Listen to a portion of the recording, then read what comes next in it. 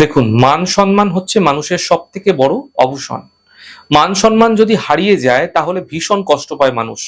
আমি আপনাদের একটা উপায় বলছি, খুব সহজ উপায়, আপনারা করে দেখুন। মান সম্মান আপনাদের ক্ষেত্রে বজায় থাকবে এবং কোথাও যদি মান সম্মান নষ্ট হচ্ছে সেই মান সম্মানও আপনারা ফিরে পেতে দেখতে পাবেন। এবার আমি জানাবো কিভাবে করবেন এবং কি উপায় করবেন সেটা। দেখুন, সর্বপ্রথম রোববার দিন সকালবেলা আপনারা নাভিতে স্নান সম্পন্ন করার পরে করবেন। নাভিতে ডান হাতের যে অনামিকা আঙ্গুলটি রয়েছে না, এই অনামিকা আঙ্গুলটিকে নাভির মধ্যে রাখবেন এবং ওং সূর্যায় নম এই ছোট্ট মন্ত্রের জপ একমালা অর্থাৎ 108 বার করবেন। এরপরে নিজের পিতার নাম গোত্র বলবেন এবং দীক্ষা গুরুর নাম স্মরণ করে এই প্রক্রিয়া সমাপ্ত করবেন।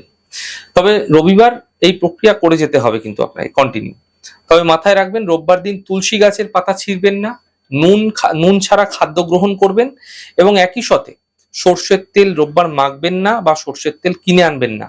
আরেকটি ধাতু হচ্ছে যা হলো মঙ্গলের ধাতু বা রবির ধাতু, তা হচ্ছে তামা। এই তাম্র ধাতু কিন্তু ক্রয় করা যাবে না। তাম্র ধাতুর বাসনপত্র জিনিসপত্র রোববার দিন কিনবেন না। এই কতগুলি জিনিস যদি মেনে চলছেন এবং এই প্রক্রিয়াগুলি যদি করে যাচ্ছেন তাহলে কিন্তু ভীষণ ভালো ফলাফল মিলবে। মান সম্মানও আপনাদের ক্ষেত্রে বজায় থাকতে দেখতে পাবেন।